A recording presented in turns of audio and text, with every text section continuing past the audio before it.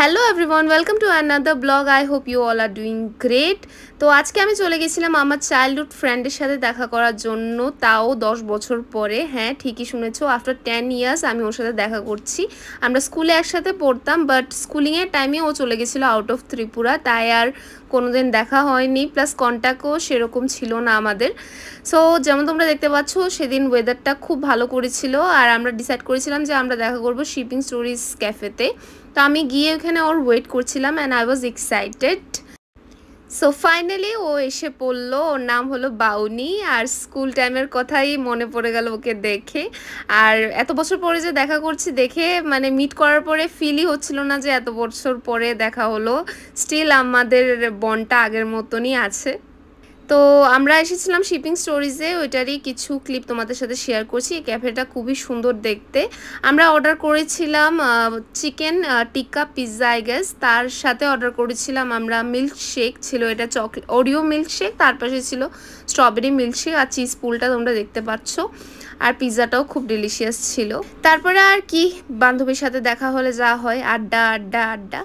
তারপর ওইখান থেকে বেরিয়ে আমরা চলে গেলাম গিগস মিউজিক স্টুডিও অ্যান্ড ক্যাফেতে। আর তোমরা দেখতে পাচ্ছ রাস্তাতে প্রচণ্ড ভিড় ছিল।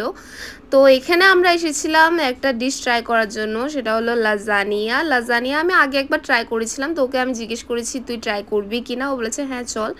তো ওইটাই ট্রাই করার জন্য আমরা গিয়েছিলাম, আর ওর খেয়ে বেশ ভালোই লেগেছে, আমারও খুব ভালো লেগেছিলো। আর এটা পনির টিক্কা লাজানিয়া ছিল। বাট আমার এই ক্যাফে সব থেকে কিউট লাগলো ওদের এই বাকেটটা, যেখানে ওরা বিল দিয়েছিল। লুক এট দিস, কি কিউট এটা, আমার তো খুব ভালো লেগেছে। তারপর আমরা চলে আসলাম রাজবাড়ির সাইডে। এখানে আমি ওকে নিয়ে এসেছিলাম চিকেন পুচকা ট্রাই করার জন্য। ও আগে চিকেন পুচকা ট্রাই করিনি, তাই। তো যে স্টলে এসেছিলাম এখানে আমি অলরেডি আগে এসেছি, ভিডিও বানিয়েছিলাম চকলেট পুচকা, যেটা কি খুব ভালো ছিল।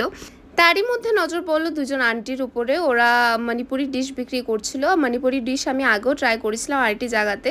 তো এখানের আমি সিনজু আই থিঙ্ক প্রোনাউন্সিয়েশনটা, এটা ট্রাই করেছিলাম। এটা খেতে বেশ ভালো ছিল, ও খেয়েছিল, আমার বান্ধবী, ওরও ভালো লেগেছে।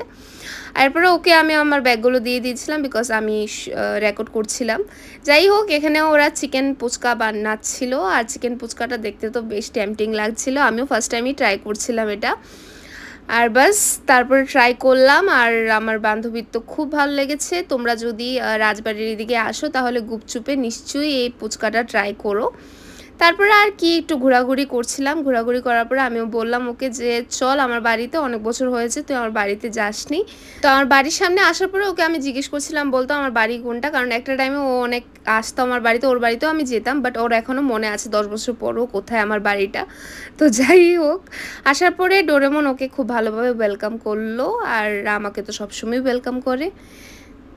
তারপরে আর কি, বাড়িতে মা ছিল, দিয়া ছিল, ফুলদি ছিল, আমরা সবাই মিলে অনেকক্ষণ আড্ডা মারলাম। তারপরে ও বাড়িতে চলে গেল।